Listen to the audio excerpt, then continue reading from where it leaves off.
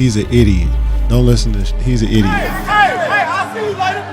I'll see you later. These are times NBA players went too far. And Delonte West took trash talk to a disgusting level. Trying to slow down Hayward. That's three for Delonte. How about that? Tell me the referee didn't see that. That's unbelievable. I mean, that is he should be thrown out of the ball game right there. Cheap shot in the biggest way.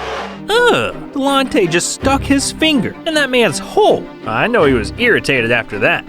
And so was James Harden, because he ran into a trash-talking fan and went way too far. You're still the worst flopper in the NBA. Just stay away. Get back to your seat. I was back Get here. Back to your He seat. just hit my phone. I hit you one thing. I'm saying you're going out of here, okay? I stood right here. Hey, we don't mind you cheering and everything, but when talking to the He just hit my phone. I mean, the guy kind of had it coming. And Dennis Rodman had it coming too, because he did something so stupid, it got him sued for $1 million.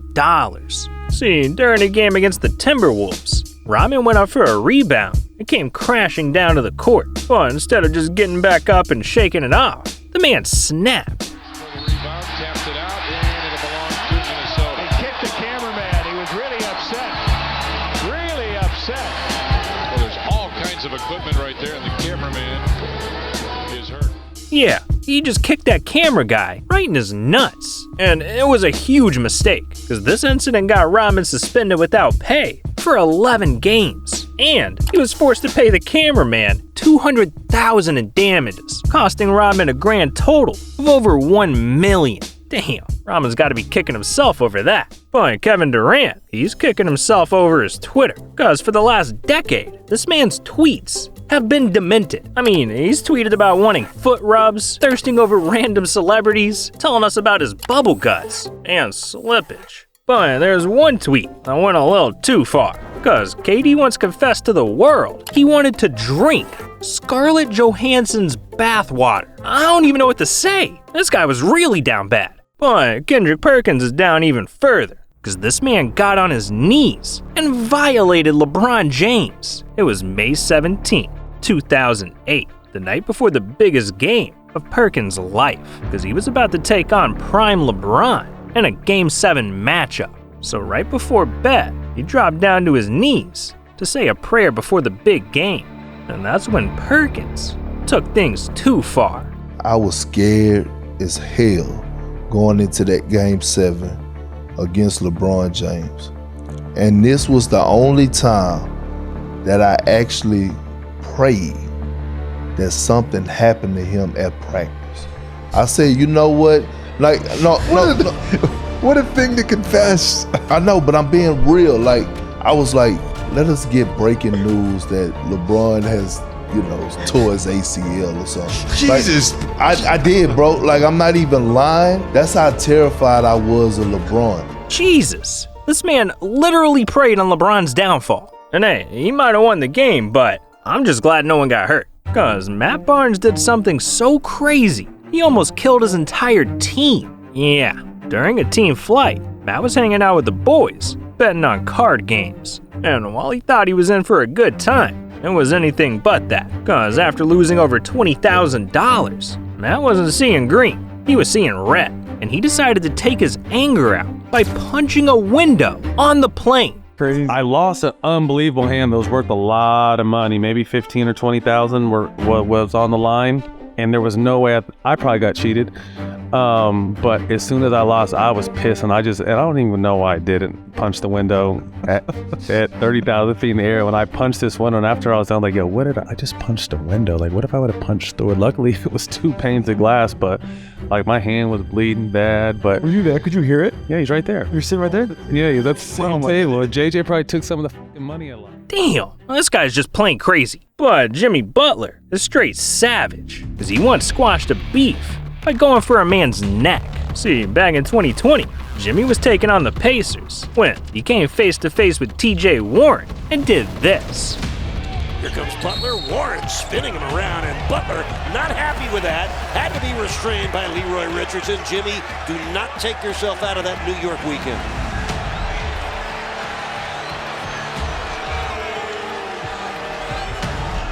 Butler is still very upset. Calm prevails, and the Heat go back to work ahead by 23. And Warren right back on Butler. Oh, Jimmy put a shoulder into the chest of Warren, and then Warren just got himself tossed out of the game for taunting. Well, neither player showing much in the way of poise right there.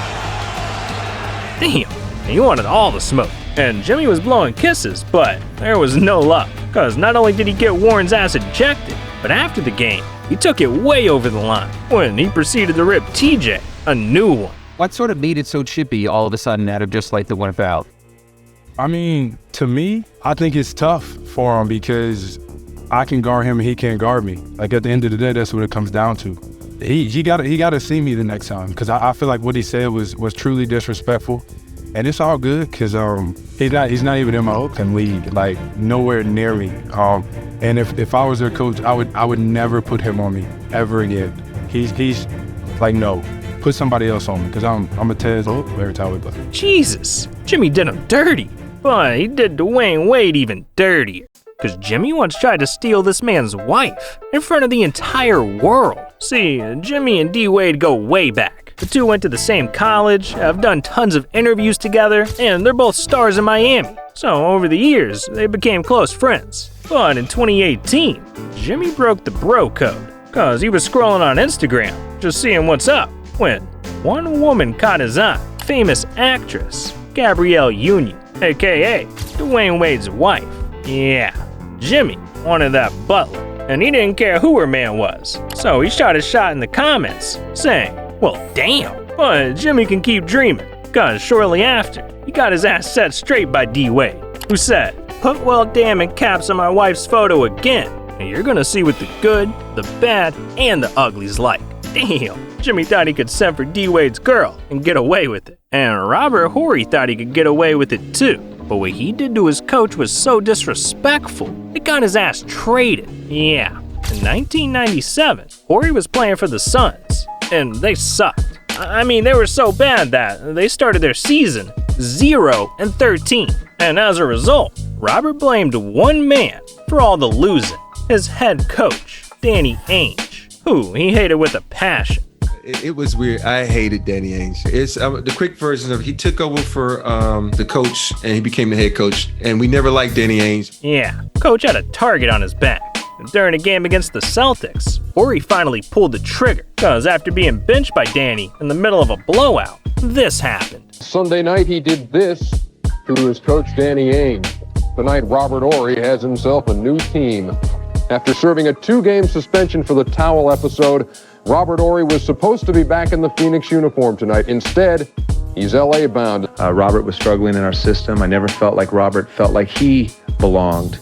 This guy really got traded to LA for throwing a towel on his coach's face. Ridiculous. But hey, he went on to win a chip with the Lakers, so it all worked out in the end. But I can't say the same for Latrell Sprewell, because he took things so far, it ruined his NBA career. See, in the early 90s, Latrell was a star. He was a 4-time All-Star who made over $100 million in the league. I mean, you'd think life would have been breezy for Latrell. But behind the scenes, he had a serious anger problem, and it led to making some of the worst mistakes of his life. Like threatening his teammates with a wooden 2x4, to talking crazy at fans. This guy was out of control, and in 1997, Latrell went farther than he had ever gone before. Cause at a Knicks team practice, he got asked by his head coach to make better passes. But instead, Latrell served up something different, because he got so angry that he started strangling his coach in the middle of practice, getting himself suspended for a year and being fined over $6 million.